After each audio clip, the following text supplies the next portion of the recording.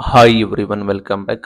SSB ಸ್ಕಾಲರ್ಶಿಪ್ನ ಅಪ್ಡೇಟ್ಗೆ ಸ್ವಾಗತ. ಚಾನಲ್ಗೆ subscribe ಆಗಿ ವಿಡಿಯೋ ಇಷ್ಟ ಆದರೆ ಲೈಕ್ ಮಾಡಿ. ವಿಡಿಯೋದಲ್ಲಿ scholarship last date and latest ಅಪ್ಡೇಟ್ಗಳು ಕೂಡ ಏನು ಕೊಡ್ತೀವಿ. ಚಾನಲ್ಗೆ ಸಬ್ಸ್ಕ್ರೈಬ್ ಆಗಿ.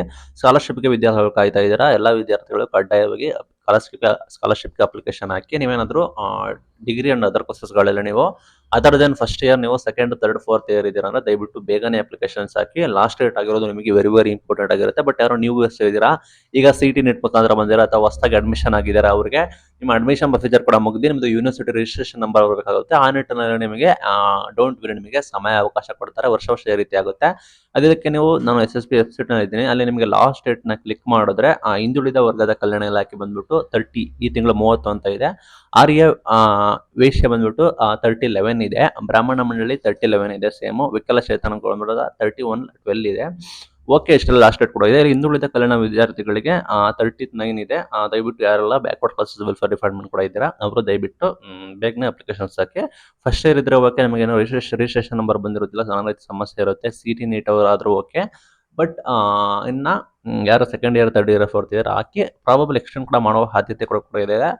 ಮ್ಯಾಕ್ಸಿಮಮ್ ಏನಂದ್ರೂ ಕೂಡ ವರ್ಷ ಎಕ್ಸ್ಟೆಂಡ್ ಮಾಡ್ಕೊಂಡು ಹೋಗ್ತಾ ಇದ್ದಾರೆ. ಬಟ್ ನಿಮ್ಮ ಸೇಫ್ಟಿಯಾಗಿ ಹಾಕೊಳ್ಳಿ. ಬಟ್ ಫ್ರೆಶರ್ಸ್ಗಳಿಗೆ ಮಾಡಲೇಬೇಕಾಗುತ್ತೆ ಹೊಸಬರಿಗೆ, ಬಿಕಾಸ್ ಅವರಿಗೆ ಇನ್ನೂ ಕೂಡ ಅಡ್ಮಿಷನ್ಗಳೇ ಆಗಿರೋದಿಲ್ಲ, ಪ್ರೊಸೆಸ್ ಕೂಡ ಆಗಬೇಕಾಗುತ್ತೆ. ಟೈಮ್ ತಗೊಳುತ್ತೆ. ಆ ನಿಟ್ಟಿನಲ್ಲಿ ಅವರಿಗೆ ಎಕ್ಸ್ಟೆಂಡ್ ಕೂಡ ಆಗಲೇಬೇಕಾಗುತ್ತೆ. ಬಟ್ ಬೇರೆ ವಿದ್ಯಾರ್ಥಿಗಳಿಗೆ ಆ ರೀತಿ ಅಲ್ಲ. ಇದು ಇವತ್ತಿನ ಅಪ್ಡೇಟ್. ಮತ್ತೆ ಇಲ್ಲಿ ಹೊಸದಾಗಿ ಅರ್ಜಿ ಸಲ್ಲಿಸೋದಕ್ಕೆ ಗ್ಯಾಪ್ ನೋಡ್ಕೊಳ್ಳಿ. ಕೆಲವೊಂದು ಪ್ರೊಸೀಜರ್ ಕೂಡ ಬದಲಾವಣೆ ಕೂಡ ಆಗಿದ್ರೆ ಅಲ್ಲಿ ನಿಮಗೆ ಅಟೆಸ್ಟೇಷನ್ ತಂದಿದ್ದಾರೆ, ನಿಮಗೆ ಬೇರೆ ಬೇರೆ ರೀತಿಯ ನಿಯಮಗಳು ಕೂಡ ಇದಾವೆ. ಕೆಲವರಿಗೆ NSP ರಿಜಿಸ್ಟ್ರೇಷನ್ ಆಗಿ NSP ರಿಜಿಸ್ಟ್ರೇಷನ್ ನಂಬರ್ನ ಎಂಟ್ರಿ ಮಾಡಿ ಸಬ್ಮಿಟ್ ಮಾಡಬೇಕಾಗುತ್ತೆ, ಆಧಾರ್ದು ಮಾಡಬೇಕಾಗುತ್ತೆ. ಅದರ ಬಗ್ಗೆ ಎಲ್ಲ ನೋಡಿಕೊಂಡು ದಯವಿಟ್ಟು ನೀಟಾಗಿ ನೋಡಿಕೊಂಡು ನೀವು ದಯವಿಟ್ಟು ಅರ್ಜಿಯನ್ನು ಕೂಡ ಸಲ್ಲಿಸಿ. ಇದು ವೆರಿ ವೆರಿ ಇಂಪಾರ್ಟೆಂಟ್ ಆಗಿರುತ್ತೆ. ನಂತರ ಹಣದ ಬಗ್ಗೆ ಮಾತನಾಡ್ತಾ ಇದ್ದಾರೆ. ಈ ವರ್ಷದ ಹಣ ನಿಮಗೆ ಗೊತ್ತಿರೋಗೆ ಡಿಲೇ ಆಗುತ್ತೆ. ಈಗ ಅಪ್ಲಿಕೇಶನ್ ಪ್ರೊಸೆಸ್ ಕೂಡ ಇದೆ. ಬಟ್ ಇಲ್ಲಿ ಸಿದ್ದರಾಮಯ್ಯ ಸರ್ಕಾರ ಏನು ಮಾಡಿದೆ ಅಂದರೆ, ಕಳೆದ ಬಾರಿ ಇದೆ ಹಣ ಕೊಟ್ಟಿಲ್ಲ, ಬಿಡುಗಡೆ ಮಾಡಿಲ್ಲ, ಸಾಕಷ್ಟು ಜನಗಳಿಗೆ ಮೋಸ ಆಗಿದೆ ವಿದ್ಯಾರ್ಥಿಗಳಿಗೆ ಅಂತ ಹೇಳ್ತಿದೆ. ಬಟ್ ಕೆಲವರಿಗೆ ಹಾಕಿದ್ದಾರೆ, ಯಾರು ಕಡಿಮೆ ಅಮೌಂಟ್ ಇದ್ದಾರೆ ಅವರಿಗೆ ಹಾಕಿದ್ದಾರೆ. ಸಾಕಷ್ಟು ಜನಕ್ಕೆ ಅಮೌಂಟ್ ಬರಬೇಕಾಗುತ್ತೆ.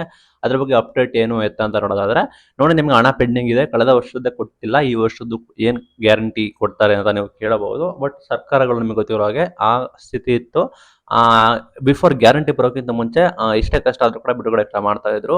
ಈ ಸ್ಕಾಲರ್ಶಿಪ್ ಜೊತೆ 10,000 ರೂಪಾಯಿ ರೈತ ವಿದ್ಯಾನಿಧಿ ಅಂತ ಬೇರೆ ಬೇರೆ ರೀತಿ ಸ್ಕಾಲರ್ಶಿಪ್ಗಳನ್ನ ಕೊಡ್ತಾ ಇದ್ರು. ಸರ್ಕಾರ ಬಂತು, ಸ್ಕಾಲರ್ಶಿಪ್ ಕೂಡ ರಿಡ್ಯೂಸ್ ಕೂಡ ಮಾಡ್ತು.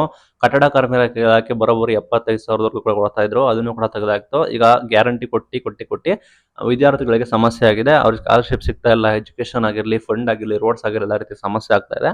ಆ ನಿಟ್ಟಿನಲ್ಲಿ ವಿದ್ಯಾರ್ಥಿಗಳಿಗೆ ಮೋಸ ಆಗೋದಿಲ್ಲ, ಬರಬೇಕಾಗಿದೆ ಬಂದೇ ಬರುತ್ತೆ. ಬಟ್ ಟೈಮ್ ತಗೊಳುತ್ತೆ. ಬಿಕಾಸ್ ಈ ಸರ್ಕಾರ ಯಾವಾಗ ಫಂಡ್ ರಿಲೀಸ್ ಮಾಡುತ್ತೋ, ಯಾವ ಫಂಡ್ ಅಲೋಕೇಟ್ ಆಗುತ್ತೋ ಅಲ್ಲಿವರೆಗೂ ನೀವು ವೆಯ್ಟ್ ಮಾಡಬೇಕಾಗುತ್ತೆ. ಬಟ್ ನೀವು ಯಾವುದೇ ರೀತಿ ಮೋಸ ಹಾಕೋದಿಲ್ಲ. ನೀವು ನಿಮ್ಮ ಕರ್ತವ್ಯ ಅಪ್ಲಿಕೇಶನ್ಸ್ ಹಾಕಿ. SSB application very very important ಆಗಿರುತ್ತೆ. ನಿಮಗೆ ಕಾಲೇಜ್ ಫೀಸ್ ರಿಫಂಡ್ ಆಗಿರ್ಬೋದು, ನಿಮಗೆ ಹಾಸ್ಟೆಲಲ್ಲಿ ಇದ್ರೆ ಹಾಸ್ಟೆಲಲ್ಲಿ ಫಂಡ್ ಬರಬೇಕಾಗಿರುತ್ತೆ, ಕಾಲೇಜ್ಗಳಲ್ಲಿ ಕಡ್ಡಾಯ ಆಗಿರುತ್ತೆ.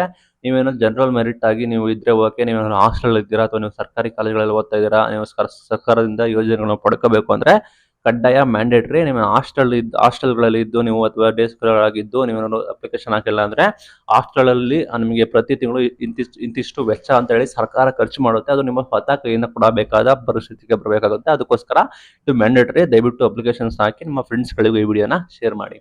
ಇದು ಇವತ್ತಿನ video. Thank you for watching till end. Thank you.